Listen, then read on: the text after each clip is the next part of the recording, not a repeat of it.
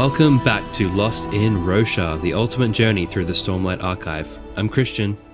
And I'm Jimmy. Today we are diving into chapters 14 and 15 of The Way of Kings. And as always, full spoilers ahead for all of the Stormlight archive. So if you haven't finished your first read through, we'll see you in a little bit. For everyone else, welcome back. We are happy to have you. We are getting into some Kaladin, Adolin, Dalinar stuff this week. We also have another weekly poll, which we've been doing. It has been a lot of fun. We're off of the road trip. So we are into totally new territory. Last week, we kind of asked a series-wide question about what was the best Sanderlanche. But this week, we went with something just a little bit different. But before I get into all that, Christian, how are you, my friend? I'm great. You know why, Jimmy? Because we're in the double digits, dude. Episode 10. We're right. Officially a real podcast. A real podcast. Most podcasts don't make it to episode, I think it's 6. And I'll tell you what, most podcasts don't see the amount of downloads we get. Let me tell you what, this show is taking off. This is like a rocket ship, to the moon. To the moon. With Kaladin. We'll wink past him as we fly. Yes, and this is a perfect time for us to announce our Kaladin crypto. No, I'm just kidding. Kal-coin. Kal-coin. Get it at $Cal. I don't know. I feel like I need a scam.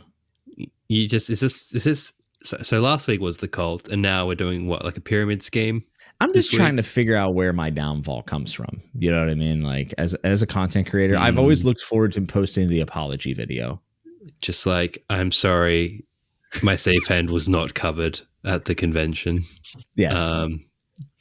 We do like, what's a good, so like in A Song of Ice and Fire, there was the Walk of Shame. What's the Roshar equivalent? Like, what's the shameful? Probably walking naked in a chasm during a storm, I would imagine. Just sounds like another day at the Shattered Plains. That sounds like a Tuesday night for me. Oh man, how have you been this week? I'm doing all right. It's been a good week here. It hasn't been as hot, which is nice. So I've been able to actually get outside and stuff. But doing a lot of jiu-jitsu, doing a lot of working out, getting my mind right, trying to get ready for that winter bulk that's coming up. But I am sore. I couldn't imagine what it'd be like to run with a bridge on your back. Like I kind of want to try it. This chapter made me want to do like the Bridge 4 workout. Yes, what are we doing, bro? We've long speculated about me. We actually have. I remember this. Flying across the world to you and us recording a Bridge 4 workout video. We've talked about it many times. I don't know if I'll be able to keep up with your I mean, mate, you're a wrestler. How do I even compete? Well, here's the thing. These muscles are they're like a show car. They're not meant to be treaded on. We're not driving it every day. It's a model. You stick it on the shelf, you put it in the garage, you show people when they come over, but you don't put the rubber to the road very often. So I have a feeling I would gas out in about 30 seconds carrying a bridge, and I would probably break my knees. Let's just they do call me Christian Kremling. So maybe I've got some powers up my sleeve, some Kremlings up my sleeve that will help me out. It's a shame, man. We've got to take it for a drive. You can't just be a show car. Come on, mate. You're going to be at the front of the bridge. Or at the back. I don't know. I think I would want to be at the front because then I could blame everyone in the back for not carrying their weight. So I could really like offset the blame whenever we fail. Wow. You're not the best bridge member, are you? No, if Kaladin came into my bunker and told me to get out of my bed and we're going to start getting up early as we do bridge runs, I would kick him in the face. And I'd be like, yeah, I'm trying to sleep here, bro. I've got an idea. All right. I get my bridge crew together. You get your bridge crew. We do a bridge run race. Okay. The last one to the chasm has to fork out the cash for leather bound. Ooh, I like when there's stakes on the line. Now that's something I can get me a little bit motivated. Yeah, mate. And because I'm behind, you owe me the Words of Radiance one too, if I win. Yeah, hey, that's coming out soon, right?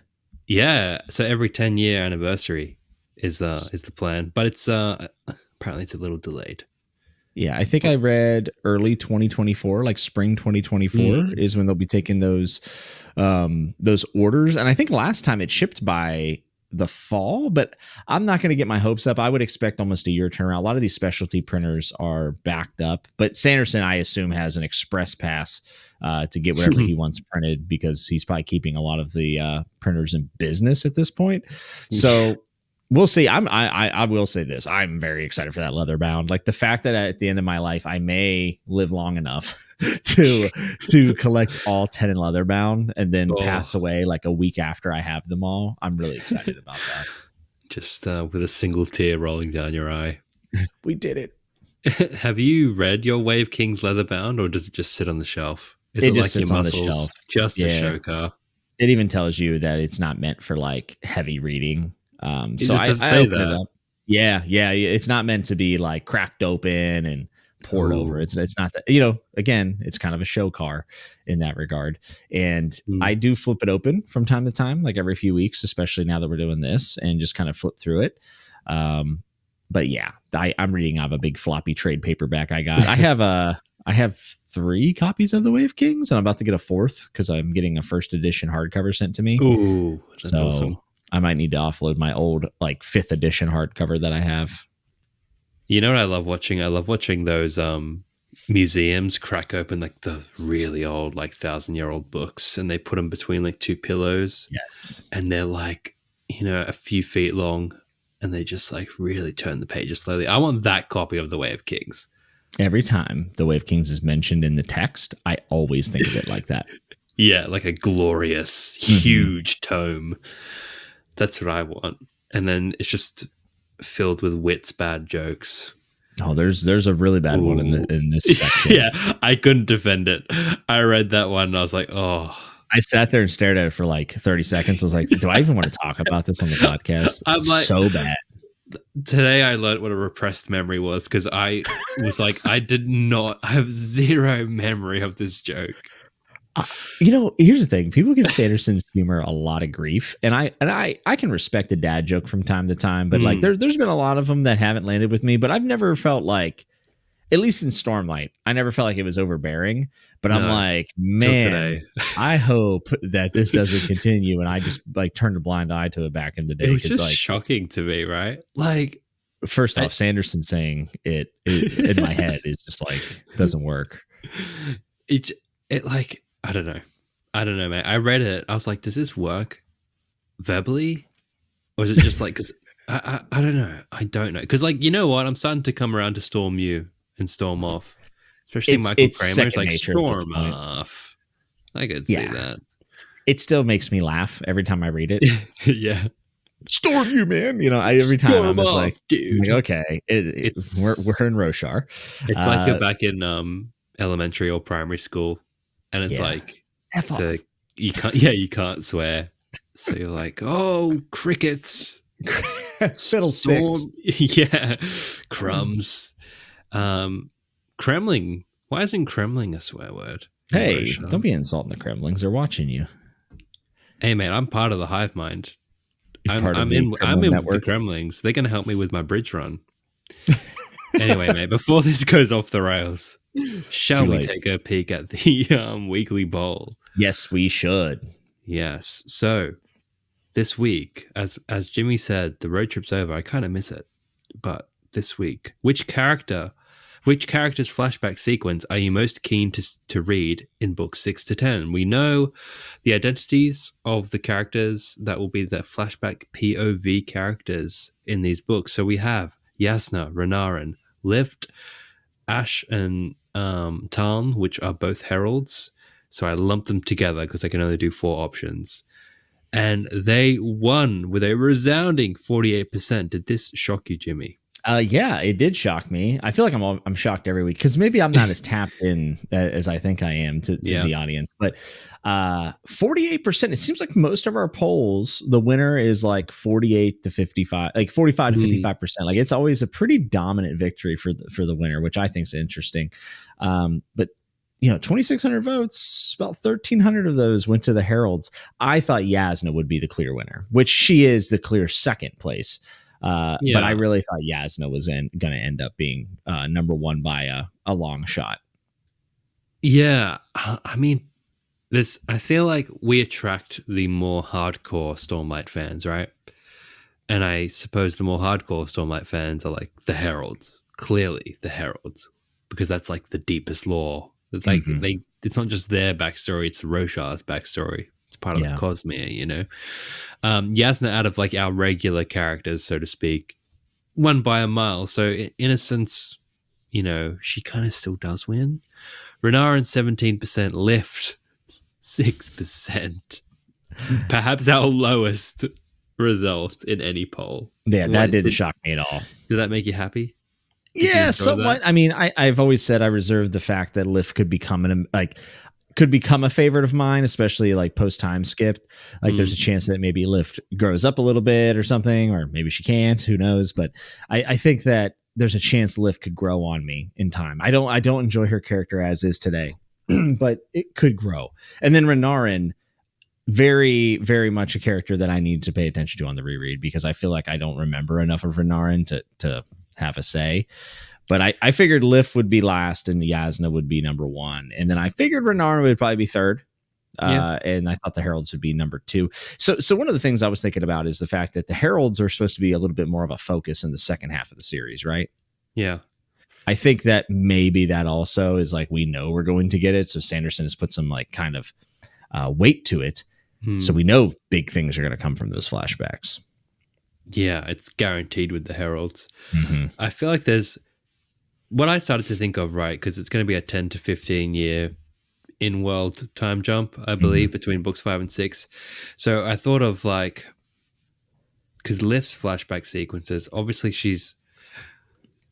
we know she's made some sort of deal with the Night Watcher.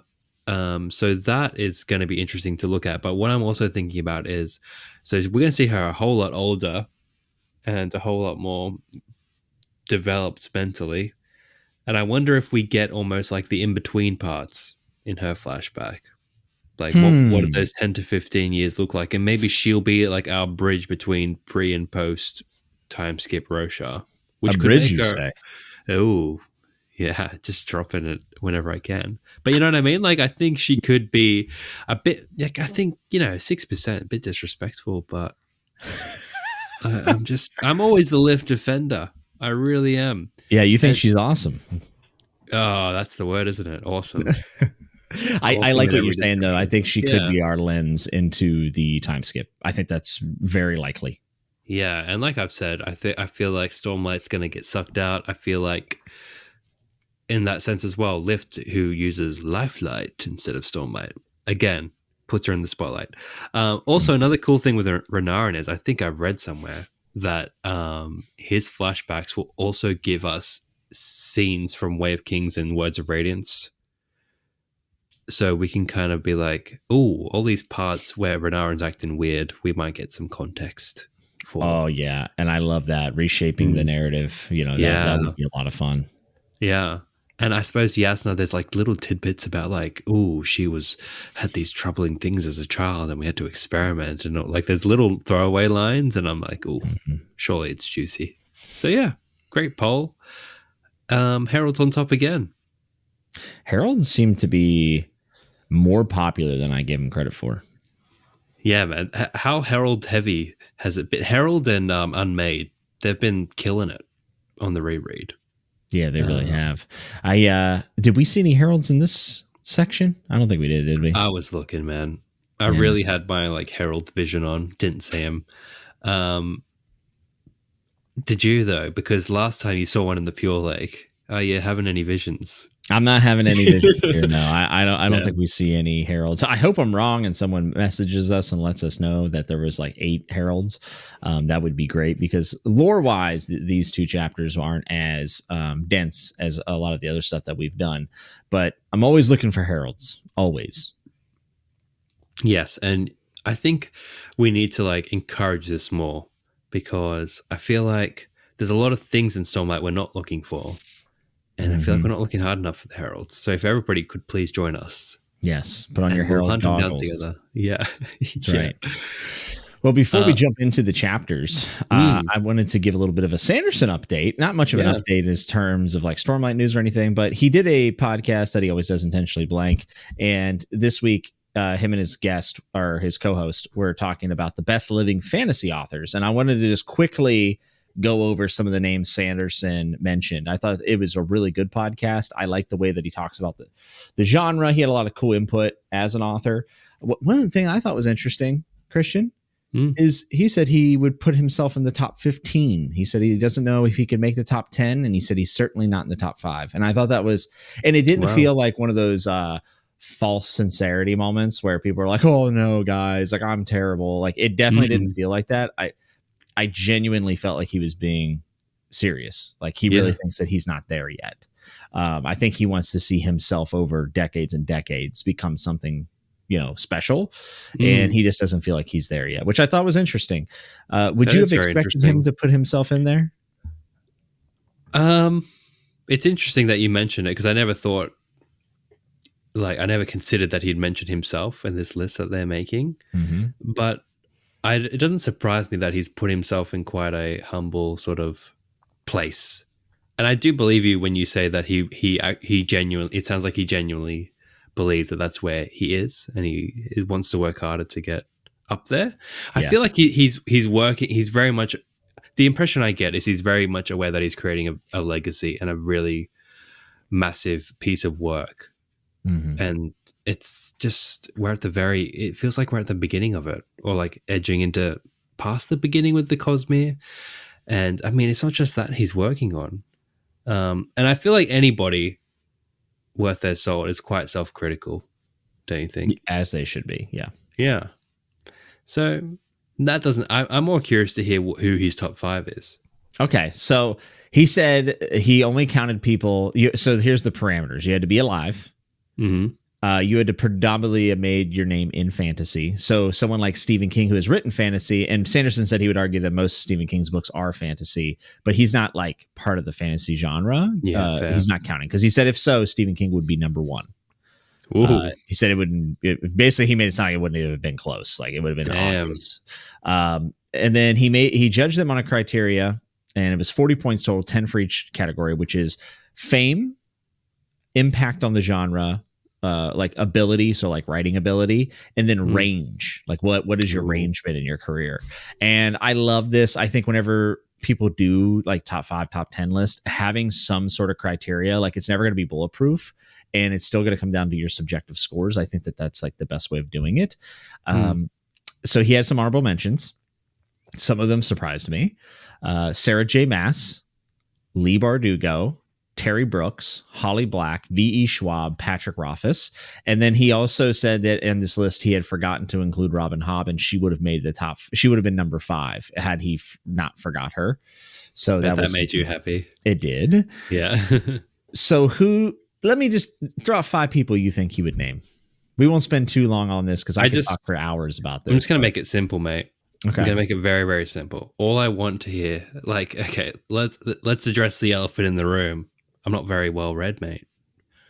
You're asking me to list 5 authors. You've put me on the spot. All right. So who do you think is your number 1? No. The person I want to see, which is no surprise to you, Jimmy, maybe to the listeners, but Joe Abercrombie, where is he? He is not mentioned. He was not mentioned. He wasn't mentioned at all. Also, I should mention J.K. Rowling was also an honorable mention. He said, fame and impact obviously are off the charts, but ability and range work against her. Well, look, when I think about his criteria, Joe Abercrombie not being there, kind of, because he's kind of like range. It's more like he's nailed what he does. Well, I will say this. He's written for TV, and he has written a YA series. So he has a little bit of range. But I would agree with you. I think that's what's keeping him back in this list. Also might have been this case where Sanderson just forgot, because Tad Williams wasn't mentioned at all, which I think Tad Williams should absolutely be on a top 5, at least honorable mentions for how big of an impact he's had on the genre. But his top 5, number 5 was Guy Gavriel Kay. Now, he said this would belong to Robin Hobb if he had considered her, but he said Guy Gavriel Kay. Number 4, Neil Gaiman. Okay. Yes, which you have to put Gaiman in the top 5, I think. Number 3, N.K. Jemisin, who I'm a big fan of. Number 2, you've never heard of her, Jane Yolen. She's written a lot of children's books and other stuff. His kids know who she is. She's in her 80s now, but she's like a legend as far as kids literature goes. But she's written other stuff too, which he says that is quality.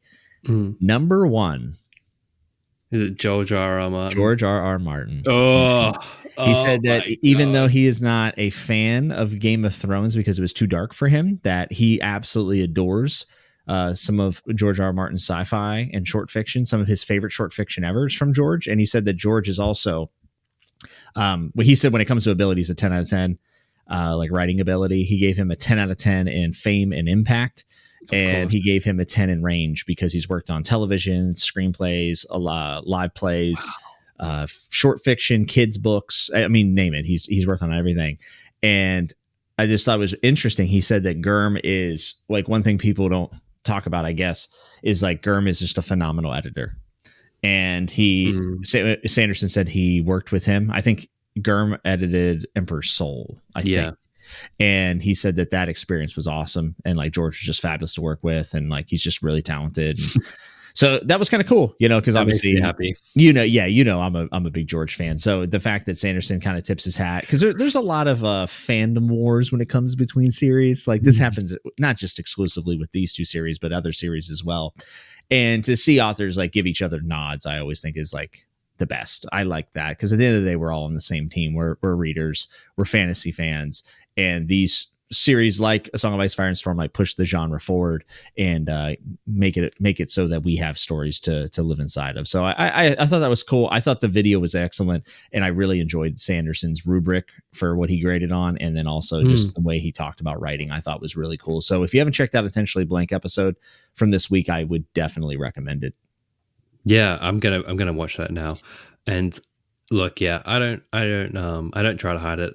I haven't read extensively, and I'm always looking for that next person. Right? I like to dive deep into a series, but like I told you before we recorded, every time someone talks about Gurm or A Song of Ice and Fire, man, I just want to go back. And I want the Winds of Winter. I want it now. But mate, this is not a Winds of Winter podcast. Get it out of here.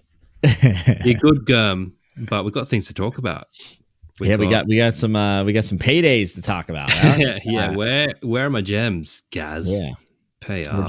Jumping into chapter 14 and 15, which is what our read along is today. And it was chapter 14, which is payday. By the way, we're going to be reading all of the epigraphs at the very end of the part 2 section to kind of put it all together in a letter. But 14, we're talking about a little bit of payday. We're talking about Kaladin coming back, ready to fight again and ready to bring up Bridge 4 with him.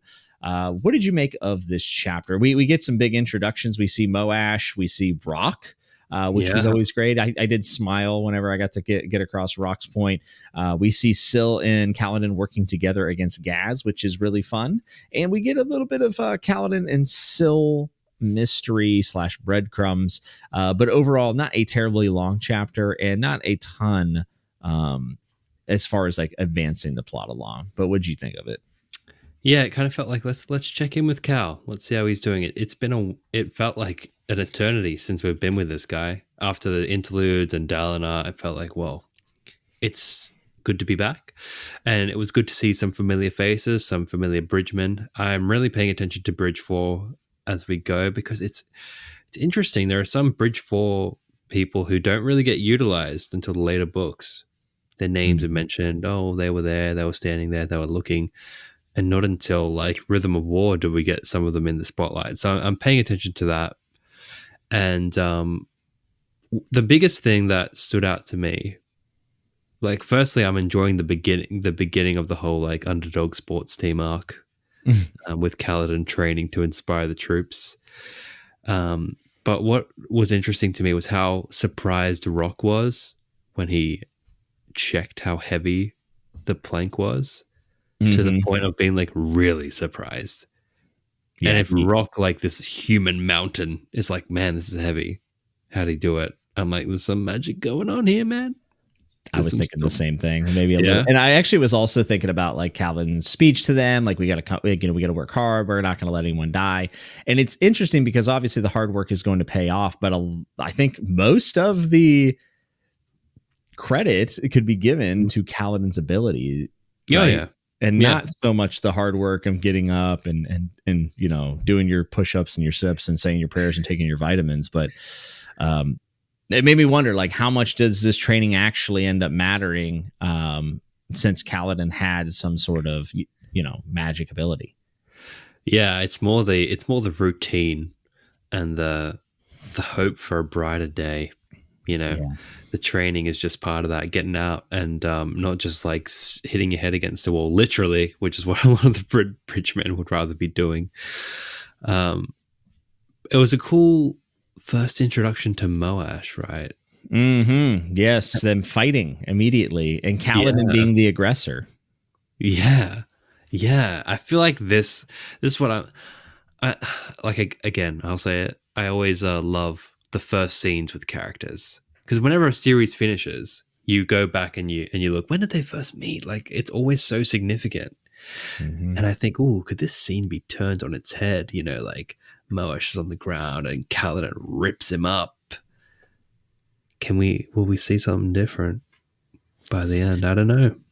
It is possible, I think. It's also just interesting that Moash is around Kaladin's age, and Mm, I think they're around the same size as well. It's almost like a complete opposite yeah. to Kaladin. And to be fair, Kaladin is kind of the jerk in this situation, in my opinion. Like again, if he came into the barracks and was storming in and doing all this, and I would be annoyed with him as well. Like, bro, I know I'm gonna die. Let me die. Let me sleep. Like, sleep's Oh, it's a important. hard case he's trying to put forth. Like as a bridgeman, I'd Yeah. need a whole lot of motivation to like start my training arc because as Mhm. far as I'm concerned, I'm dead tomorrow. Yeah, And and he yeah. leads by example, which Dalinar does as well, which Mm, is an interesting parallel that we kind of see in real time of yeah. Kaladin starting this here, and then we see uh, Dalinar really showing Adolin why he leads by example and why he leads the way he does in the following chapter. So it's interesting. I feel like Kaladin and Dalinar are a little bit more similar in that regard than Adolin and Dalinar. Yes. I definitely noticed that parallel reading this, and we'll talk about it later, but I loved how that chapter ended and he connected it to the way of kings and bearing the Mm-hmm. weight of your people. Oh, that was Mm-hmm. brilliant. Um, I quite the thing that's interesting about Gaz, right, is I keep reminding myself that Gaz kind of has a turnaround in the series with Shallan. He kind of tries to be better later on. So I'm trying to view Gaz as objectively as possible, just like you are with the Bridgeman. Like, dude, I don't want to get up. And I'm trying to see if I can find some sympathy for Gaz here. Can you help me out? Because I'm struggling. So I don't necessarily know if I feel sympathy, but Mm, Kaladin kind of mentioned earlier that he had not held it against other leaders before whenever they're just doing their jobs, but he felt like Gaz kind of relished in it. And I think mm, Gaz is falling into the same pitfall that most humans fall into, which is whenever they have power and they are not used to power, that they use it in a bad way. Humans seem to do very poorly in positions of power. mm. There's just some kind of psychological effect there that I don't know. It messes with people. And Gaz certainly is showing that he has character flaws, like character trait flaws, Yeah. with being the leader of these bridgemen. But you can kind of tell he's pathetic in many of these scenes, especially with how scared he is of Kaladin and hiding, making sure he's not, oh, is he following me? And That then was really still, funny. yeah, that was good. I really enjoyed that moment. And then, Kaladin shows up behind him. Hey, what are you doing? Ah! Yeah. Yeah, Yeah. really good stuff. And it was Yeah. cool to see Syl and Kaladin kind of working together there. But yeah, Gaz just seems pathetic to me. And in that regard, I do pity him. Yeah. I feel like there's the obviously well written Sanderson characters we can harp on about, but I feel like he's captured this sort of stereotype or like archetype of a character or a person quite well in Gaz, like that Mhm. middle management guy. Middle management. Oh my God. Middle management I Gaz. hate who doesn't hate a good old middle manager? I mean, my God. Yeah, but like I did actually kind of feel bad for him with him in the alleyway facing the wrong way, and you've got this like guy with a magical like companion. He's got no chance against Kaladin and Syl. I liked all the little Syl touches too, her walking around like there was an earth around, just all these little touches that Mhm. Sanderson does to bring Syl and the Spren to life. It's just magical and enjoyable, simply enjoyable. Yeah, I would agree, and I think that is really the objective, other than getting Kaladin active again and leading by Mm, example, so we can relate him to Dalinar in the following chapter. I think the other accomplishment of this chapter that Brandon Brandon Sanderson. Brandon Add it to the Sanderson. Brandon set out to do was to get across the fact that there is a lot going on with Syl and with Kaladin, and that Kaladin's words are important. And we get a little bit of a scene here, and I can read it. It's whenever Kaladin and Syl are talking, and she says, "Kaladin, I have something to tell you." He closed his eyes again. "Kaladin, this is important." He felt a slight jolt of energy on his eyelid. It was a very strange sensation. He grumbled, opening his eyes and forcing himself to sit. She walked in the air as circumnavigating an invisible spear until she was standing up in the right direction. "I have decided," Syl declared, "that I'm glad you kept your word to Gaz, even if he is a disgusting person." It took Kaladin a moment to realize what she was talking about. "The spheres?" She nodded. "I thought you might break your word, but I'm glad you didn't." "All right, well, thank you for telling me, I guess." "Kaladin," she said. I actually don't know what that word is. What is that word, Christian? Sorry, petulantly. Wow, I'm dumb. Sorry. Kaladin, she said petulantly, making fists at her side. "This is important." And important is italicized. Sorry, my brain just turned off halfway through that. But we're talking about oaths here, guys. We're talking about oaths. This is about Kaladin saying something and doing something and sticking to his words, aka an oath. And Syl is having memories of all this stuff, and she's beginning to understand, what death is, yada yada yada. But this is important because this is showing that, I think it's unveiling to her one of the reasons why she's around Kaladin, and that is eventually going to be the fact that he will say his oaths. Yeah, it's about that. And what stood out to me as well, it's another clue that she's an honor spren as opposed to a win spren, because he's doing something honorable, and it's kind of tickling her fancy, and she's waking up. Yes, I remember this got me hook, line, and sinker when I read it. I was like, I need to know what's going on with her. This was so interesting. And we've also heard many times that she's not like other win spren, right? Like, I'm not like other girls. I'm not like other girls, mate.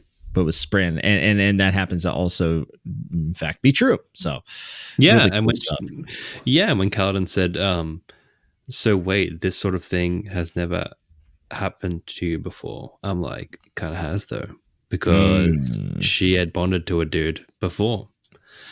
I really, for quite a straightforward chapter, I found it really great how it ended. When they were just talking about, everyone's had that moment where they like discover death really, and you're laying in bed and you're like, oh my god, I'm gonna die one day, and the existential dread hits. And her and Kaladin kind of shared that moment, and then they talked about like actually losing memories, and when they made that connection when he said, "You're scared to go onward but terrified to go back to what you were," and he says, "I know how you feel." It just hit me deep. I won't lie. I did get a little bit of a feeling that, like, about human consciousness, right? Because it feels like Syl's becoming conscious. And Thomas Ligotti, who's a very famous horror author, wrote a nonfiction book called "The Conspiracy Against the Human Race," where he argues that consciousness is a bad thing, and that we become aware, it affects everything about us, and is essentially like a poison to our minds, and knowing that we are going to die one day and that we understand what's happening to us. Like the fact that we're awake. And I know this is extremely dark and nihilistic, but this did remind me of it, because I thought about Syl, and it's like, you almost get this feeling that they're having a conversation about whether or not her actually becoming aware and learning is a good thing or not. Do I think Sanderson is trying to make an argument that consciousness could possibly be a bad thing? No, I don't. But I took it from this scene that, like, like, welcome to the world. Welcome to the world, Syl. Now you got to deal with it like the rest of us. Ignorance is bliss, right? And you're right. Being self-aware and conscious has a lot of baggage. And Syl is about to find that out. Oh yeah, mate. The Russian literature portion. You like that? Yeah. I have something that's not so depressing. It's whenever we meet Rock, and I wanted to see if you caught on to this little line here. So he laughed in a deep-bellied way. The others joined him, shaking their heads at Kaladin's speech. A few laughter spren, minnow-like silver spirits that darted through the air in circular patterns began to zip about them. And I circled this because, one, we've been paying attention to spren and their colors, which these are silver. But I thought it was interesting that they're called minnow-like, and we just came from the purelake, which we said, man, those fish got to be special. And we're getting another fish reference here to spren. I don't know if I'm reaching here, but it seems like that those interludes being before the section and then minnow-like silver spirits being mentioned might be something we should pay attention to, because we've often pondered about what is special about the little fishes in the purelake, right? So I like that. I didn't even connect minnow to being a type of fish. That's how far behind I am. I have the purelake's on my mind, bro. Yeah, you're still swimming in the purelake, dude. I'm here slaving with my bridge. I'm training. But I like that. Like, I don't know, because the thing is, right, the way they appear in the real world, like in the physical world, is like almost like you see like the edges of how they look like in Shadesmar, which is cool. I'd love to cross-reference what do the laughter spren look like in Shadesmar, and then potentially we'll get a clearer vision of that. I'm looking it up now. I can't see any more info on it, but we'll add it to the list of the conspiracy file. What I did enjoy was seeing our boy Sigzil for a brief moment here, because spoiler alert, if you really no one cares. I think it's going to be fine. But the thing with Sigzil is, firstly, everyone knows this. It's okay. You can listen. He was an apprentice to Hoid, and it's like mentioned in the Way of Kings, which is like not that stunning to you when you first read it, because you think Wit's just kind of like an interesting guy. But now you're like, what? There's a guy in Bridge 4 who was hanging out with Hoid? Like, that's massive. And then you realize he's the main character in the next secret project. So I'm like, I am watching this dude like a hawk. I didn't know any of this. Oh, really? I had forgot that he was. I forgot that he was an apprentice, and I did not know about the secret project. That is awesome. Yeah. So like he's a world singer, and a world singer in this, like in Roshar, it's just basically like someone who's traveled extensively, and they tell the stories of different parts of Roshar.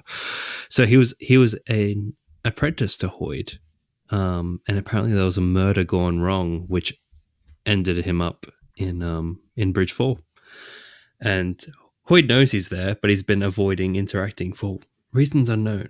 So I'm watching him. I'm very curious to see what he's doing here, because there's a book about to be featured about him coming out soon. And you got my brain working, and I know we're going to talk about the letter at the end of the part, but let me first assure you that the element is quite safe. I have found a good home for it. I protect its safety like I protect my own skin, you might say, is the epigraph to Payday, this chapter. And knowing that Sigzil was the apprentice to Wit, it has me wondering if possibly this element is with Sigzil. That could be cool. Because my own skin is you might say. My own skin, you might say. And I was like, okay, is he like wearing this element? Is he using it to disguise himself? Is that how he does it? Or my own skin is relaying to Sigzil, another human being who has skin, and Wit is trying to protect. I love that. Another human being who has skin. Who has skin, confirmed. Just just trying to connect the dots in my brain, Yeah. That was great. Yeah. So maybe Sigzil, I never think anything is accidental with these epigraphs.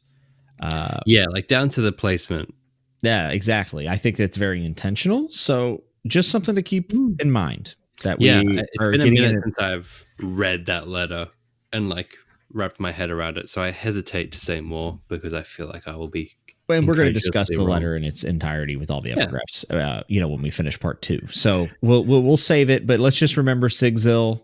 It was in the chapter which this element being kept safe, like he protects his own skin, was there. So I think that's really important. But anything else from chapter 14? No, mate, it was a good chapter. I feel like we covered the main bases, and the next chapter was a chonker. It was thick. Very With thick. 3 C's. 3 C's at chapter 15, the decoy. The decoy. There's I quite like that now that I'm looking at the title of the chapter. Mm-hmm. So it really, in that sense, it's a Sadeas chapter. It's a Sadeas chapter, but also isn't there a bit of a decoy being run with this hunt and them inviting the other High Prince, and it's all kind of a decoy to get them there? You know, I mean, it has a lot of levels. Yeah, it serves a lot of purpose throughout this whole thing. It felt like a few chapters in one, to be honest. Yeah. It's quite illuminating, especially with Dalinar and Sadeas as two characters. You start to see their weird symbiotic relationship, I suppose you can call it. Did you feel like you understood Sadeas and gained a bit more respect for him? Maybe just a smidge. I feel like there's a whole lot to go still. I love this showing off how Dalinar is a very tactful person and just. And this is a great way of showing us that he doesn't just talk about the codes and talk about being honorable and all this stuff, but he's actually doing it, like working, for lack of a better term, crossing the aisle to work with Sadeas and being like, well, he's not my friend, but there's a lot worse than him and his intentions are good. We just have a personal disagreement. It kind of just shows that he is a good-hearted High Prince. It really does want the best for Elhokar. I like that about Dalinar, and I think that could be a pretty tough character to write without coming across too cheesy, but I think it's done really well in the fact that it bounces off Adolin, which Adolin is a lot more brash, which I think as readers entering a fictional world, we tend to be a little bit more brash as well. So Adolin filters our opinion through his conversations with Dalinar, and hopefully we come at the end knowing that this is a lot more complex than, first meets the eye. So.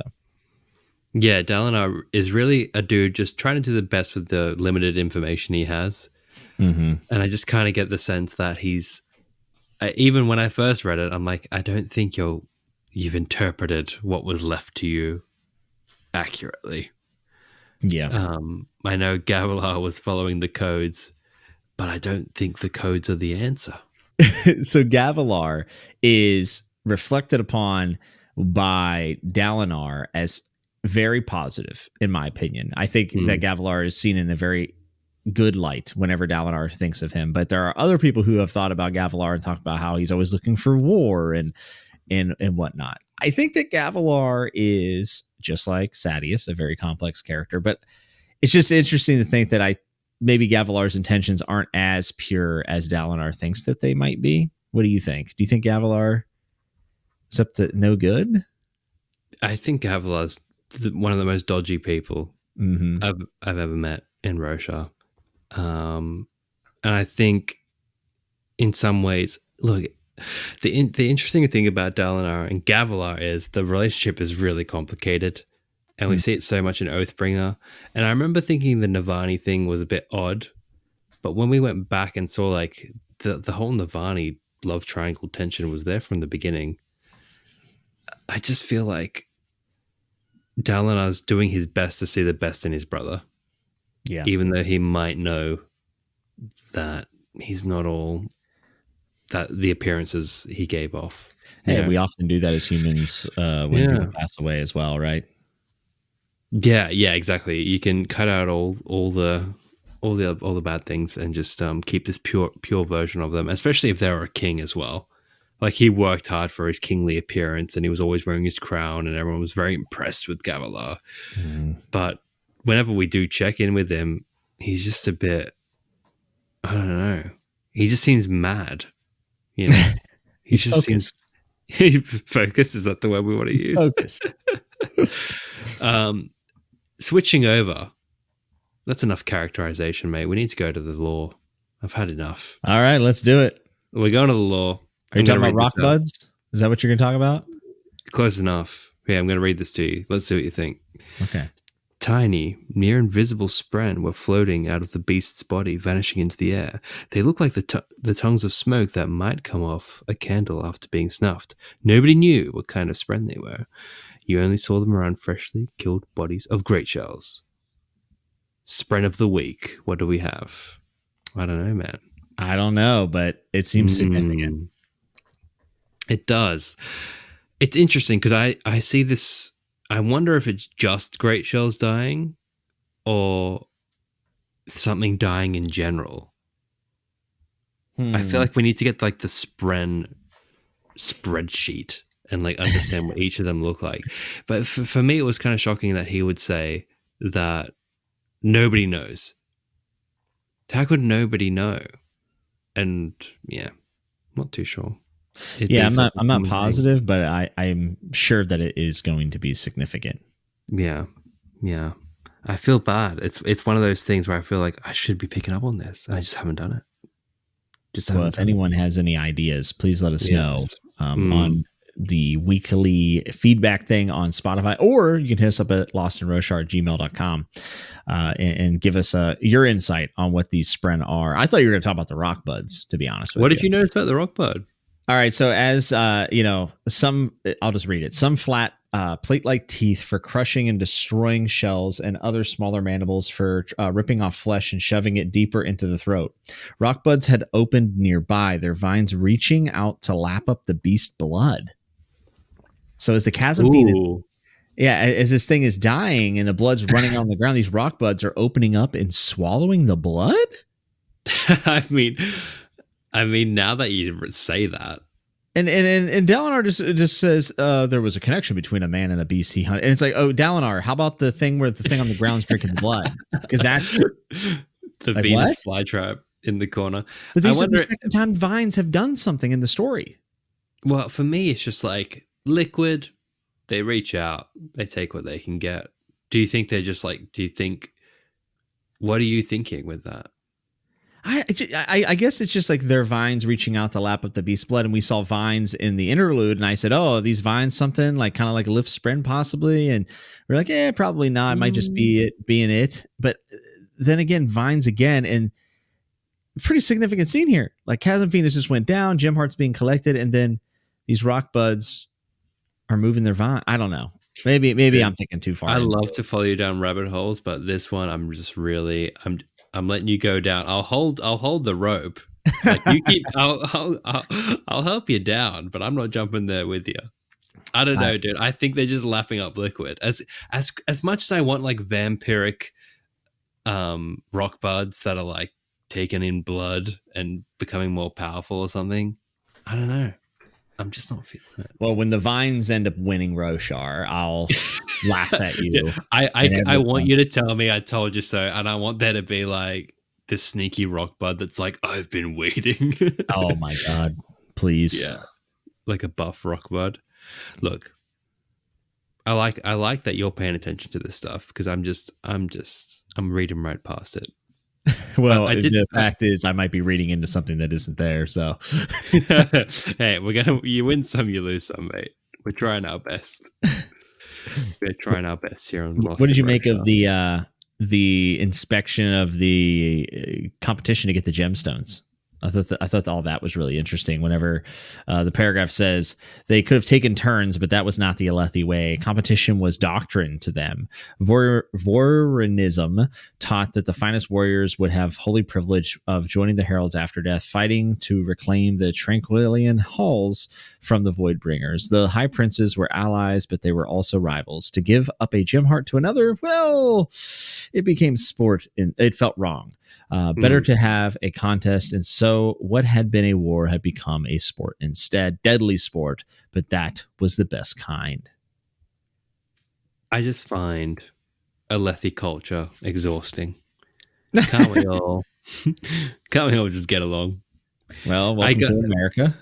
This is where everything is a race to the top, and anyone else gets kicked to the bottom, and you shouldn't have been a loser. That's kind of how a lot of people view life here in America, I would say. And the Alethi's giving off that bit of that vibe, huh? Like that hyper competitive nature. So. Yeah, I mean, whenever Dalinar breaks from the narrative later on in the chapter, and everyone looks at him like, "Are you a madman?" When he was sort of arguing for the ethical bridges, he's like, "It's about how you win, not just like winning." And they're like, "What's wrong with you, mate?" What? Yeah, like you must win via human sacrifice because you won. Like it doesn't matter. Yeah, it's this insane culture, and it's not all across Roshar because people are always like rolling their eyes, like, "Oh, bloody Alethi, they won't stop. Just stop with your bloody infighting and competition and war." It's just like a whole mess. This situation at the Shattered Plains, and I can't get behind it really. I find it also pointless. Like I said last time, I just find it really frustrated to read about. And that's why I'm glad Wit can walk in and just school everybody. He was, God, do we have to talk about it? Are we heading towards the joke? I think we are. Oh, we absolutely are. But one thing to note before we do that, it says, whenever Wit comes in, it says, "But you arrived hours ago then. What have you been doing? How could I have missed seeing you here? I had things to be about," Wit said, "but I couldn't stay away from the hunt. I wouldn't want you to lack for me." Where was he and what was he doing? Okay. I thought about this quite a bit. And firstly, I was like, Sigzil. He's visiting Sigzil at Bridge 4, right? But I do recall at some point later, maybe when he does the whole Wonder Sail story to Kaladin, I think he drops that he knows Sigzil, but he hasn't been talking to him. So I genuinely don't think it was with him. But what this made me started thinking about is like, why has he inserted himself as the king's wit? Like, why now at the Shattered Plains 6 years into this whole campaign, right? And what I've through a little bit of research and a little bit of theorying of my own, it's because he's cluing into like Dalinar, and I found a quote from Sanderson, and he was saying that, yeah, Hoid thinks Dalinar, because with his weird like change in persona and this whole new like the Way of Kings persona, Hoid thinks he's part of these like the secret societies of Roshar, like either the Sons of Honor or like the Ghost Bloods or something. And he's wrong, which I find it so funny because he's like winking at Dalinar in this scene, like, I know, and he totally doesn't. He's just like, yeah, bro. That's really funny. Yeah, he's like, you're at the club, right? And Dalinar's like, this guy's weird. Winking at me. Yeah. I just found that just made that scene so much better for me because he leaves and just gives him a little look like, all right, bro. We'll yeah, I would have never picked up on that, to be honest with you. Yeah. I mean, Hoid is, he's chaotic, but there is reason to where he puts himself. And it could be as simple as, oh, they're the royal family, they're probably going to be onto stuff. Yeah. But yeah, Sanderson himself said it's because of Dalinar. And it's also showing, now that we have that context, we know that Wit and Hoid are not always right. In what sense? Like sometimes they have bad intel, like thinking Dalinar's a part of the society, and they're not. So like Hoid is fallible for sure. Yeah, 100%. Also, to the listeners, I just genuinely want to apologize because I can feel my brain power by the end of this episode just like, I'm flatlining. This is episode 10. We started strong, and as the clock nears midnight, Christian Kremling is just Jimmy. Just take the show home, mate. I've got nothing. I've just got, oh my god. Well, this chapter is pretty straightforward, I think, from this point on, right? I mean, we already talked about the Sadeas stuff and exactly what happened there. We get a little bit more flashbacks of the quote that Gavilar wrote, find the most important words a man can say. Adolin gets some more information about his uncle, which I think is hard for him to digest. I don't think Adolin processes information the most efficiently. But the thing about Adolin is that I forgot is that he's in his 20s. He's not a teenager here, right? Oh, he's like 23. Yeah, which by the way, I like. I like a fantasy series that's not focused all around teenagers. That's it's nice, right? And Elokar's like 27. It's not everyone's a teenager coming of age. Yes, and Adolin is focused elsewhere. He likes the girl. I think he sees the world like we usually did. I'm sure, Christian, you can agree with me in your early 20s. Things are black and white. Yeah, you're pretty dumb. Yeah, I was dumb until like last year. Yeah. So I liked all that section, and then we see Vama, which is another high prince. Is that how you say it, Vama? Yeah.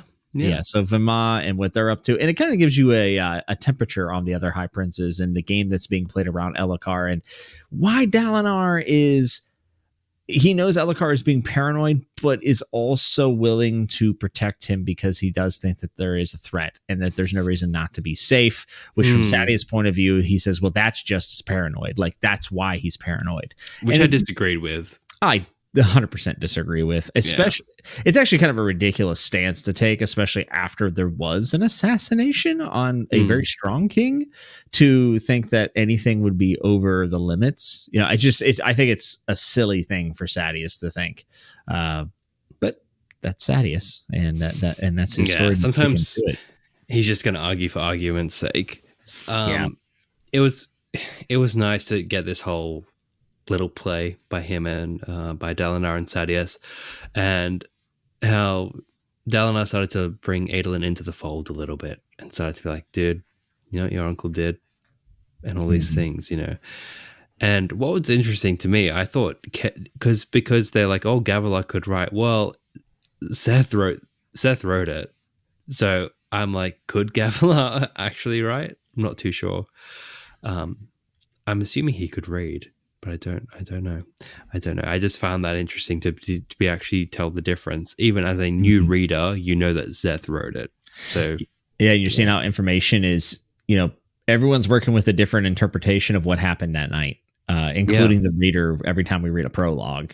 So it's just, it's interesting how information travels and how things are perceived since there wasn't an eyewitness there. And I like the way that Sanderson kind of plays with that perspective a good bit. This is also the chapter where we get introduced to the strap, which is my least favorite part. Yeah, my least favorite part of Wave Kings, I think. I'm agreeing with you. Totally. I just remember being like, this strap is going on forever. It was underwhelming for me the first time. And I loved The Way of Kings. I had a rave review for it on my YouTube channel.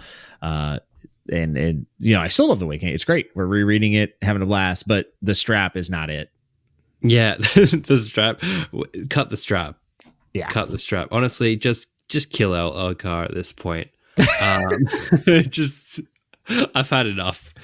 No, because look, if the strap was just this, and it was like next chapter, we checked it out a bit more. But the next chapter is like when we come back to these guys, they're going around with leather workers, they're checking it out back and forth. I just felt like it went way too long.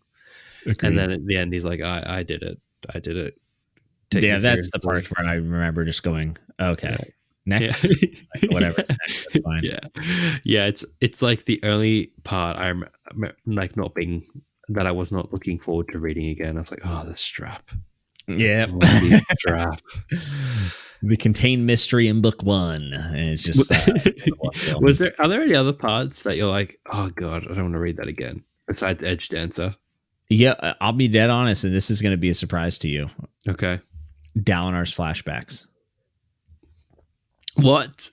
I am not that keen when we get to that. I don't know why. I thought you would love that. I did love them. They're my favorite part of Stormlight. But for some reason, I'm not looking forward to rereading them.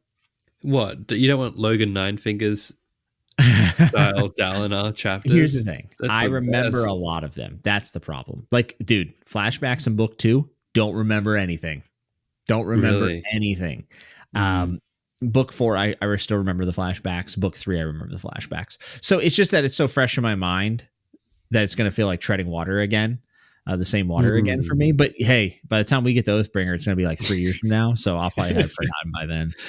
Yeah, but you get to see Zaddy, with his curly locks. Yes, don't get me wrong, guys. I love Dalinar. I loved Oathbringer, and I loved the flashbacks. But no, I get you. I'm looking for new stuff. And that's what I'm trying to kind of attach to. I'm trying with Elhokar, but now I'm starting to remember with the strap stuff. I'm remembering why I didn't really care about Elhokar all that much. But I'm also trying to attach myself to Renarin on this reread, and I'm still a big fan of Shallan. I was the first time I read through, and I still am on this one as well. She might come out the hero of this podcast. I was more thinking like, I understand what you're saying. Like, I feel like you're not getting as much. You feel like you're not getting as much because you remember it and you might not notice things, but it's more like something you're just like, oh, the strap, like it just didn't land for me. More something that like did not land, and you're like, I know it's not going to land again. Was there something like that? Yeah, the Navani sections of Rhythm of War. Oh yeah, but I'm hoping I hold hope that on a reread I will like it more. But that is without a doubt the biggest miss for me. I feel like I'm going to be dragging you through those chapters. I'm going to give it a full blown engaged effort. Yeah. Like, yeah, I want to like that section. I just did not when I first read it. So I'm hoping, and that's one of the reasons why I wanted to do a reread and do it slowly, is because I want to be able to take time for the stuff that is really lore dense and heavy, and dive into it a little bit more. So I'm hopeful for that one, but I am a little nervous for when we get to Rhythm of War into the different types of light and yada yada. That's fair. I remember because what happened was I read Mistborn between Oathbringer and Rhythm of War, so I was fresh with the metals and all that sort of all those mechanics. So Navani, understanding the metals from Mistborn and doing science with that, I was like perfectly primed for. I don't know when you had read Mistborn, but I'm guessing it's way years before. Yeah. Probably a year or two before. Yeah. So I had the perfect timing. So perhaps we should try and do that. I like that idea. I'm definitely down with that. Yeah. The thing that I love in the Cosmere is that the sort of kryptonite for everyone that blocks all magic across all the Cosmere novels, as far as I can tell, is aluminium, or aluminum as you guys call it over there. Yes. And I wonder how that has made its way to the Cosmere and it's become like the nerf to all things. That is a good question. Yeah. They've called it, what do they call it? I forgot the name for it. It starts with A. Sometimes they call it Raukalest. I think they call it sometimes in the books. But it's just aluminium. And you see it pop up a few times. So yeah. All the metals from Mistborn like coming in here, that's also something I'm looking for in this reread as well. We do see, do you remember any scenes where they use the metals? No, I don't. Oh, there's a good one in Words of Radiance. And I guess I'll just talk about it now, because otherwise I can't be like, tune in next year.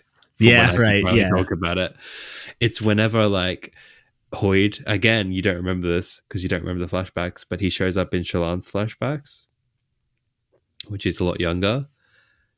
And he like puts some like metal shards in his tea. And he also like soothes her emotions with like the Mistborn magic during that chapter. It's very cool. That is really cool. Yeah. So it does show up. I feel like I need to reread Mistborn before we read Words of Radiance. Yeah, look, I think Warbreak is a must before Words of Radiance. Mistborn could be a nice little touch. Maybe the Final Empire or something. Mm-hmm. Maybe not the whole thing, because I know how you feel about book 2. Again, I'm always open to keep an open mind on a reread, but I definitely would like to reread book 1, at least just to get back into like Allomancy and understanding it, because I have forgotten a lot. Yeah, me too. If you asked me what each metal does now, I couldn't tell you. Yeah, which isn't that absurd. Yeah, no. To not remember the entire magic system. yeah. Yeah. If I had like Allomancy down to a science in everyday conversation, it's time to stop and think. Just give me that Mistborn video game, and I'll have it memorized, man. It's perfect for a video game. It is. It's 100%. Perfect. They need to make it. It'd be great. The thing is, like, when we talk about the adaptation, we keep talking about movies and TV shows. Would there be an angle to say these should all be games? I don't know if I could say. Oh, that. I think anything Sanderson has touched is very ripe for games. In a lot of ways, I think he writes a lot of the like lore and world building in a game fashion. It reminds me a bit of R.A. Salvatore and his work on Kingdoms of Amalur, which was a RPG that Kurt Schilling funded from the MLB. It was very strange, but R.A. Salvatore crafted like this really intricate like magic system and world for the game. And I've always thought that the approach to Stormlight felt not like a 1-for-1, but just the way he did it. So I think any of these would make a great game, and I would play it in a heartbeat. Give me a Stormlight Archive MMO, and I'll quit my job tomorrow. Yeah, I definitely got the video game vibes. I remember when I was first reading it, I was really deep into Overwatch, and I felt like, especially with Stormlight, with the cooldowns and stuff, it really feels like a game. You got all your abilities, got all your key bindings, and you're just balancing it all out. But it kind of works. It just kind of works. It does, and it provides something just a bit different than other things, right? I wouldn't fault anyone for saying that, like, hey, this reminds me of a video game. I don't like it because of that, and that's acceptable. But to me, not a ton of other fantasy books that are not, just complete schlock are written like that. So I like it. I'd love to see like a traditional story rewritten with like a hard magic system. Like, could you just throw that into Lord of the Rings? Absolutely not. And they're like, Frodo's invisibility cooldown was oh, it would be terrible. It really would be. It would really be terrible. It would really be terrible. And then at the same time, imagine Stormlight written in the style of Tolkien. Would you lose out a lot because the magic is so esoteric? Without a doubt. I mean, there's too much mystery, and it all ends up mattering by the end of the story. And I think that Sanderson is writing exactly how he should be. Yeah. Because often you'll see those things. I don't know if you get this on your feeds, but you'll see like, oh, this character drawn in the style of all these artists. And you see like a very famous character, maybe like Luffy or someone, drawn by the guy who does, I don't know, Berserk. Yeah. Imagine like a paragraph from like Stormlight written in the style of all these authors. I think that would be cool. Like that would be cool experiment. I think you could definitely change the writing style, and it could be just as an effective of a story, or maybe even better at some points. But it's also a lot of information to relay, right? Like it's a tricky balance, I think, to picking up a story like this and fleshing out so much of the world building and the magic, and then also like how do you write that in a way that is compelling, accessible, but still good, right? Still quality. It's a difficult balance. And Sanderson's talked about how hard he's worked on that balance, and like he's really, tried hard to work on the craft of his prose. And he knows that he's not, he said it himself. He's like, I'm not the most literary writer of all time, but I have worked very hard on my style of writing. And I would say that it has worked. Yeah, I could listen to him talk about writing all day, man. I lived on those lectures. Yeah, it's very interesting to hear from somebody. I've always been a big fan of authors who are very transparent, and he's very transparent, as well as Steven Erikson from the Malazan series is very transparent and talks about the process quite a bit, whereas a lot of authors keep it close to their chest, and it's kind of like secrets of the trade, secrets of the crap, which being a former pro wrestler, I understand that mindset, but I think at the end of the day, it's kind of silly. And I think people should be more transparent if they're comfortable being transparent, Yeah, I think it's just going to create even more talented storytellers. Yes. In the future, it's like whenever you watch Inside the Actor's Studio and you see all those actors asking questions. And one time it was Bradley Cooper asking questions. Someone would be watching these writing lectures, today, will be a very successful author thanks to them.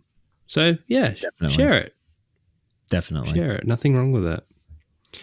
You'll still be Brandon Sanderson. You can talk about your writing process. No one's going to be like, oh, now I get it. I'll just write the next Stormlight book and take over. It doesn't easy. Work like that. Yeah. It doesn't work quite like that. No. But yeah, man, another 2 chapters down. We're chipping away at this thing. We really are. We're over 200 some pages into this big trade paperback, and I can't believe it. Oh, it feels good. It feels good. And I think we'll wrap it up there. Yes, sir. As always, guys, thank you for accompanying us on this episode of Lost in Roshar. Remember, the most important chapter a man can read is the next one. We'll see you next week to dive into chapters 16 and 17. And if you enjoyed this episode of the podcast, please sure to leave us a review on whichever platform you listen on. If you have feedback, questions, or theories, spam read us at lostandroshar@gmail.com. We'll see you next time on Lost in Roshar. Remember to keep that safe hand covered.